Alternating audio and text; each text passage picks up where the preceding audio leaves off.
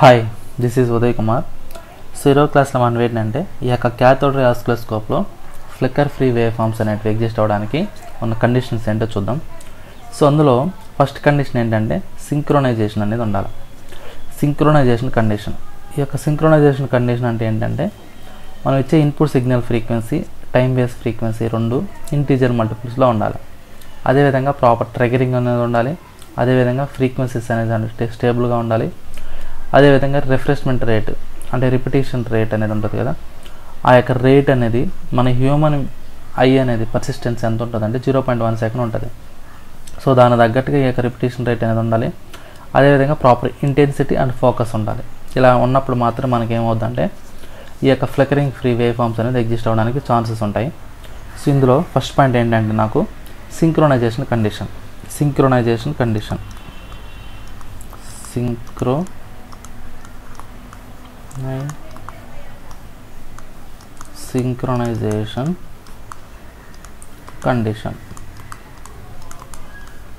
ఈ యొక్క synchronisation condition అంటే ఏంటంటే మనం ఇచ్చే ఇన్పుట్ సిగ్నల్ ఫ్రీక్వెన్సీ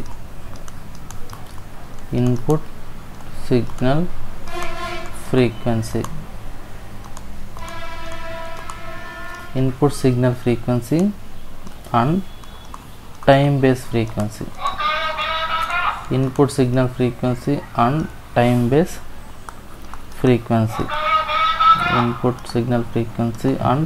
ఫ్రీక్వెన్సీ. ఈ రెండు ఎలా ఉండాలంటే నాకు ఇంటీజర్ మల్టిపుల్లో ఉండాలి. ఇంటీజర్ మల్టిపుల్ అంటే ఎట్లా n:1 ఆర్ 1:n ఈ రేషియోలో ఉండాలన్నమాట. Input signal frequency, time base frequency అనేది ఇంటీజర్ మల్టిపుల్స్లో ఉండాలి. ఏదైనా n:1 ఆర్ 1:n అంటే ఈ యొక్క ఫ్రీక్వెన్సీ ఆఫ్ సిగ్నల్ ఏదైతే ఉంటుందో ఇది equal to n times off frequency of sweep.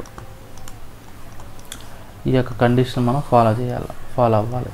అప్పుడే నాకేమవుతుందంటే ఫ్లికరింగ్ ఫ్రీ వేవ్ ఫామ్ అనేది ఎగ్జిస్ట్ అవ్వడానికి ఛాన్స్ ఉంటుంది. నెక్స్ట్ ఏంటంటే ప్రాపర్ ట్రిగరింగ్.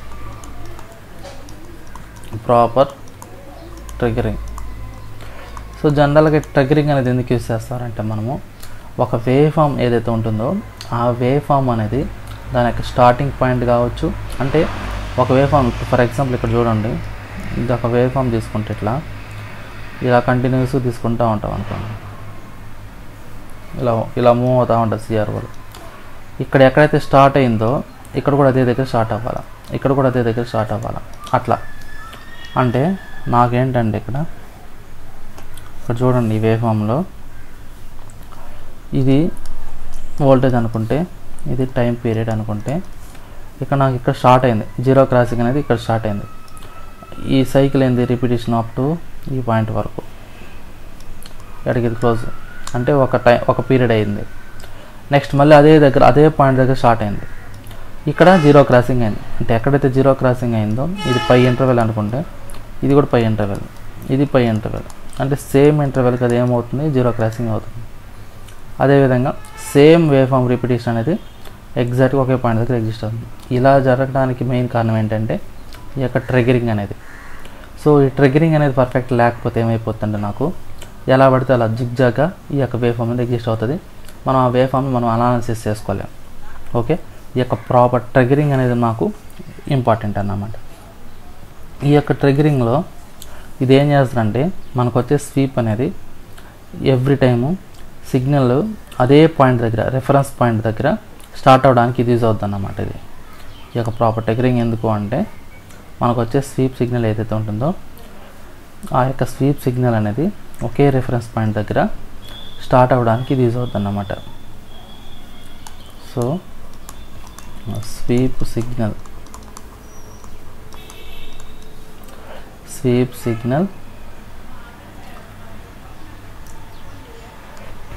ఈ యొక్క స్వీప్ సిగ్నల్ అనేది ప్రతిసారి ఎవ్రీ టైం స్వీప్ సిగ్నల్ అనేది ఒకే రెఫరెన్స్ పాయింట్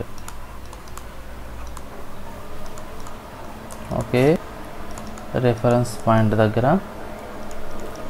స్టార్ట్ అవ్వడానికి స్వీప్ సిగ్నల్ అనేది ఒకే రెఫరెన్స్ పాయింట్ దగ్గర స్టార్ట్ అవ్వడానికి ఈ యొక్క ట్రిగరింగ్ అనేది యూజ్ అవుతుంది. ఓకేనా, దీన్నే మనం ఏమంటామంటే ఇక్కడ జీరో క్రాసింగ్ అని కూడా అంటాం. జీరో క్రాసింగ్ అనొచ్చు, లేదు అంటే పాజిటివ్ పీక్, లేదంటే పీక్ అనొచ్చు. Zero crossing or peak. ఓకేనా. ఇది ఒకవేళ ఈ ట్రిగ్గరింగ్ అనేది లేకపోతే ఏమవుతుందంటే నాకు వేవ్ ఫామ్ అనేది ఏమవుతుందంటే మూవ్ అవుతుంది అన్నమాట. ఓకేనా. ఈ ట్రిగ్గరింగ్ అనేది లేకపోతే నాకు ఏమవుతుందంటే ఇది వేవ్ ఫామ్ అనేది మూవ్ అవుతుంది. నెక్స్ట్ ఏంటంటే stable frequencies. Next third point ఏంటంటే నాకు స్టేబుల్ ఫ్రీక్వెన్సీస్. Stable frequencies. ఈ ఫ్రీక్వెన్సీస్ కూడా నాకు ఎలా ఉండాలంటే నాకు స్టేబుల్గా ఉండాలి, లేకపోతే ఏమైపోతుంది నాకు చేంజ్ అయిపోతుంది. అంటే మనం తీసుకుని ఏదైతే సిగ్నల్ తీసుకుంటామో ఆ యొక్క signal frequency sweep frequency, signal frequency, sweep frequency, ఈ రెండు ఎలా ఉండాలంటే కాన్స్టెంట్గా ఉండాలి. అదేవిధంగా ఒకవేళ ఈ ఫ్రీక్వెన్సీ డ్రిఫ్ట్ అనేది అయిందనుకోండి, అప్పుడు నాకేమవుద్ది, సింక్రొనైజేషన్ అనేది బ్రేక్ అవుతుంది, ఫ్లిక్కర్ వస్తుంది. సో కాబట్టి ఒకవేళ మనం తీసుకునే ఈ యొక్క ఫ్రీక్వెన్సీ అనేది డ్రిఫ్ట్ అయిందనుకోండి, డ్రిఫ్ట్ అయితే నాకేమవుతుంది, ఈ యొక్క సింక్రొనైజేషన్ ఏదైతే ఉంటుందో ఆ సింక్రొనైజేషన్ అనేది బ్రేక్ అవుతుంది అన్నమాట. సింక్రొనైజేషన్ బ్రేక్ అయ్యి నాకేమొస్తుందంటే ఇక్కడ ఫ్లిక్కరింగ్ వస్తుంది. ఓకే, ఎప్పుడు ఫ్రీక్వెన్సీ డ్రిఫ్ట్ అయినప్పుడు. సరే, నెక్స్ట్ ఏంటంటే fourth point repetition ratio. Repetition rate అంటారు. రిపిటీషన్ రేట్ అంటే మీనింగ్ ఏంటంటే మనం ఒక వేవ్ ఫామ్ని చూడాలి అంటే మన యొక్క హ్యూమన్ పర్సిస్టెన్స్ అంటారు దాన్ని, అది ఎంత ఉంటుందంటే 0.1 సెకండ్ ఉంటుంది. సో రిపిటీషన్ రేట్, ఈ యొక్క రిపిటీషన్ రేట్ అనేది ఎలా ఉండాలంటే మనకు హైగా ఉండాలి. సో జనరల్గా మనకి ఏంటంటే ఈ యొక్క హ్యూమన్ ఐ పర్సిస్టెన్స్ అంటాం దాన్ని. ఈ హ్యూమన్ ఐ పర్సిస్టెన్స్ ఎంత ఉంటుందంటే నాకు అప్రాక్సిమేట్గా 0.1 సెకండ్ ఉంటుంది. Human eye persistence value 0.1 second ఉంటుంది. కాబట్టి నాకు wave form repetition rate, so wave form ఈ యొక్క వేవ్ ఫామ్ యొక్క రిపిటీషన్ రేట్ ఎలా ఉండాలంటే నాకు 100 హెడ్జెస్ ఉండాలి. ఈ 100 హెడ్జెస్ కంటే ఎక్కువ ఉంటే అప్పుడు నాకేమవుద్ది, మనకేమవుద్దంటే మన ఐ కంటికి ఆ వేవ్ ఫామ్ అనేది కంటిన్యూస్గా కనిపిస్తుంది. అలా లేదు అంటే మనకు కనిపించదు అన్నమాట. ఓకేనా. అంటే వేవ్ ఫామ్ యొక్క repetition rate greater than 100 hedges ఉంటే అప్పుడు నాకేమవుద్దంటే మనకు వేవ్ ఫామ్ అనేది కంటిన్యూస్గా కనిపిస్తుంది, ఫ్లిక్కరింగ్ అనేది ఉండదు. So greater than 100 hedges frequency ఉంటే విజిబిలిటీ ఉంటుంది. ఏంటది విజిబిలిటీ? వేవ్ ఫామ్ అనేది. అండ్ ఫ్లిక్కరింగ్ ఫ్రీ ఉంటుంది, అంటే ఫ్లిక్కరింగ్ అనేది ఉండదు. అంటే నేను ఫ్లిక్కర్ ఫ్రీ వేవ్ ఫామ్ చూడడానికి నాకున్న కండిషన్ ఏంటంటే గ్రేటర్ దాన్ 100 హెడ్జెస్ అయితే మాత్రం నాకేమవుద్దంటే ఇది ఎగ్జిస్ట్ అవుతుంది అన్నమాట. నెక్స్ట్ ఇంకోటి ఏంటి అంటే ప్రాపర్ ఇంటెన్సిటీ. ఇక్కడ నాకు మనం ఏం చేస్తారంటే నెక్స్ట్ 5th పాయింట్ ఏంటంటే ఇక్కడ ప్రాపర్ ఇంటెన్సిటీ అంటాం. Brightness, proper intensity and focus. Proper intensity and focus. ఇక్కడ ఏంటంటే ఈ యొక్క ఇంటెన్సిటీ ఫోకస్ అంటే ఏంటంటే ఏదైతే నాకు బీమ్ ఉంటుందో ఆ యొక్క బీమ్ యొక్క ఇంటెన్సిటీ అనేది చాలా తక్కువ ఉండింది అనుకోండి, అప్పుడు కూడా నాకు ఏమవుద్దంటే ఫ్లిక్కరింగ్ అనేది వస్తుంది అన్నమాట.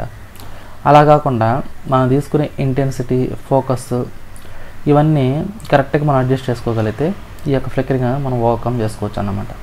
ఇక్కడ ఏంటంటే నాకు బీమ్ ఉంది కదా, ఆ యొక్క బీమ్ ఇంటెన్సిటీ, బీమ్ యొక్క ఇంటెన్సిటీ ఇది లోగా ఉండింది అనుకోండి, ఇప్పుడు నాకేమొస్తుంది, ఫ్లిక్కరింగ్ వస్తుంది అన్నమాట.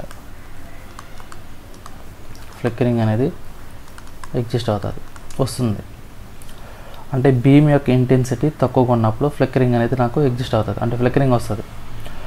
అలా కాకుండా ఇదే నాకు మనం పర్ఫెక్ట్గా ఈ యొక్క ఇంటెన్సిటీ కానీ ఫోకస్ కానీ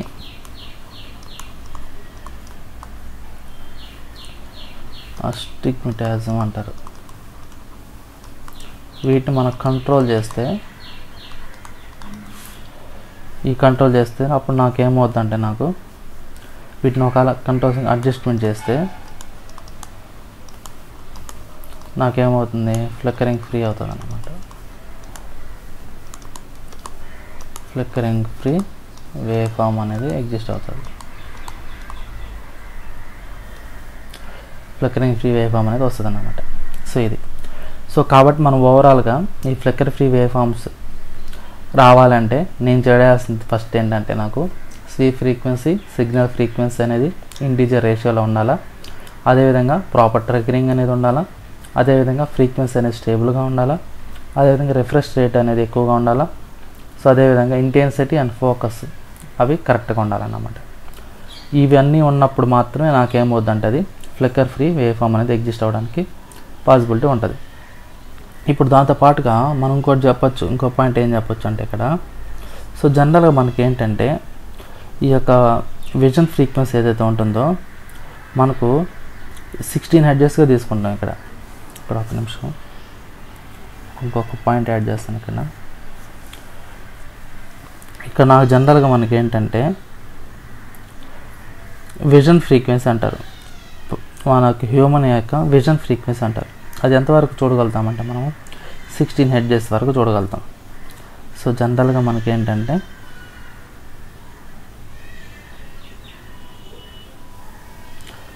ఇక్కడ నాకు స్వీప్ ఫ్రీక్వెన్సీ అనేది చూడండి, ఇక్కడ ఈ యొక్క స్వీప్ ఫ్రీక్వెన్సీ అనేది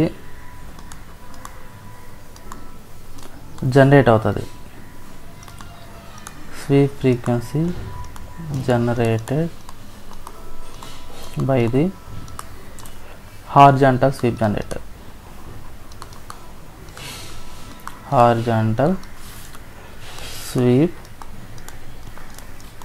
generator. So sweep frequency generated by the horizontal sweep generator must be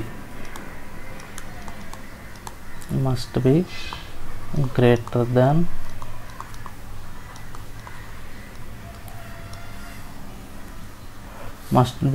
than the persistence of vision frequency.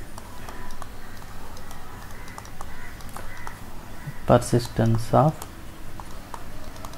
vision frequency.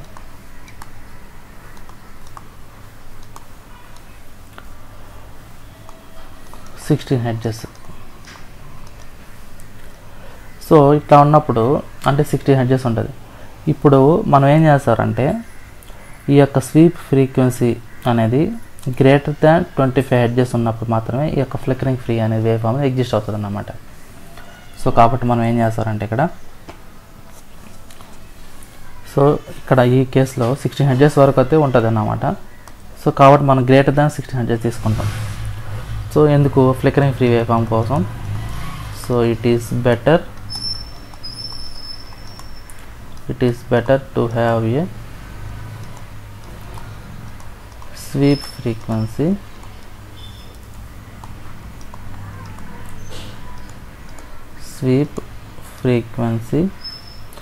greater than 25 Hz. Sweep frequency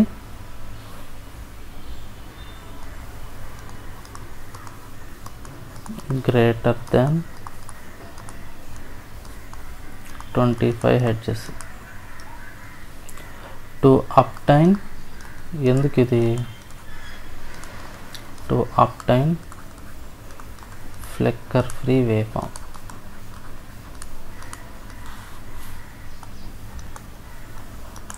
flicker free waveform exist అవ్వడానికి మనం ఇలా use చేసుకుంటాం అన్నమాట. ఓకేనా. అదేవిధంగా ఒకవేళ in సిఆర్ఓలో ఈ flickering is due to the measurement of లో ఫ్రీక్వెన్సీ సిగ్నల్స్. ఇప్పుడు మనకు ఒకవేళ దీన్ని ఇంకో విధంగా ఎలా చెప్పొచ్చు అంటే ఇక్కడ నాకు in a CRO flickering is due to the measurement. Flickering is due to the measurement of low frequency signals. Low frequency signals అన్నప్పుడు ఇక్కడ ఎంత తీసుకుంటాం అంటే మనం less than 30 Hz తీసుకుంటాం. less than 30 Hz. ఈ ఫ్లిక్కరింగ్ అనేది లో ఫ్రీక్వెన్సీ సిగ్నల్స్లో ఎప్పుడు ఎగ్జిస్ట్ అవుతుందంటే లెస్ దాన్ 30 Hz ఉన్నప్పుడు ఇది ఎగ్జిస్ట్ అవుతుంది అన్నమాట. అంటే గ్రేటర్ దాన్ 30 Hz అంటే ఈ యొక్క ఫ్లిక్కరింగ్ అనేది ఎగ్జిస్ట్ కాదని అర్థం. ఓకేనా.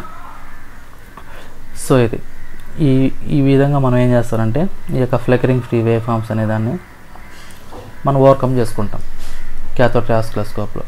Okay, all of you clear. Okay, thank you.